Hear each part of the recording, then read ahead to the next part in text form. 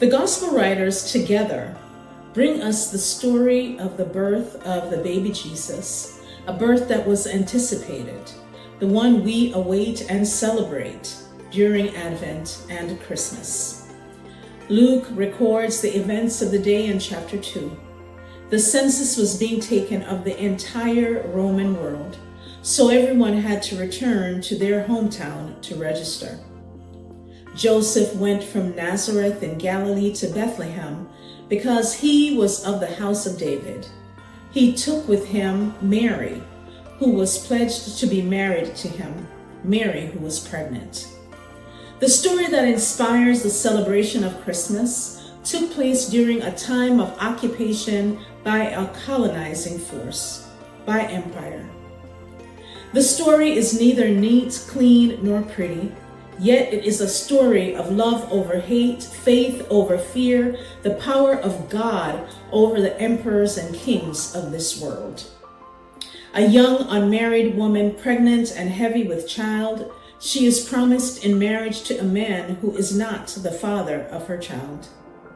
A man who decides to stay true to a promise in spite of the circumstances. The backdrop is terror and tyranny, oppression and colonization, greed and cruelty. A baby born in the lowest of places, whose presence is experienced as a threat, so much so that infanticide is the choice of the emperor and his minions.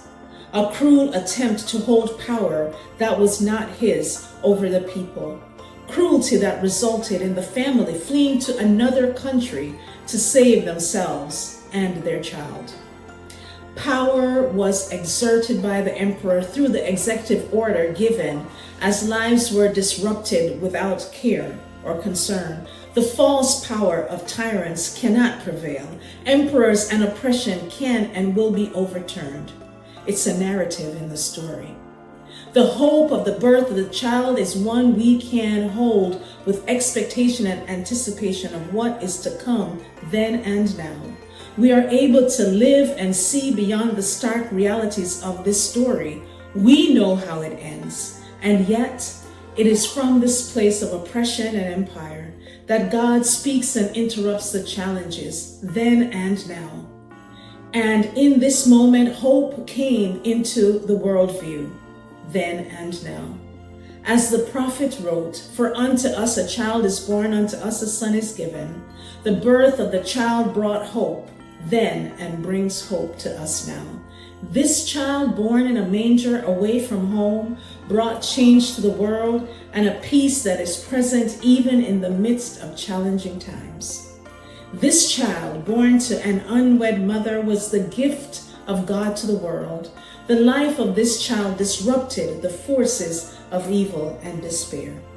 The celebration of the birth of Jesus is a celebration of hospitality extended to immigrants, the celebration of joy in the midst of despair and poverty, the anticipation of change that demands justice and the dismantling of empires. The birth of Jesus is the reason for the season, a season of light and love, a season of gift and hope, a time when the love of God can be experienced in the miracle and wonder of the birth of a baby, a time when the love of God manifested among us still has the power to overthrow empires and renew our faith. Wherever you find yourself this holiday season, may you experience the blessings of this season.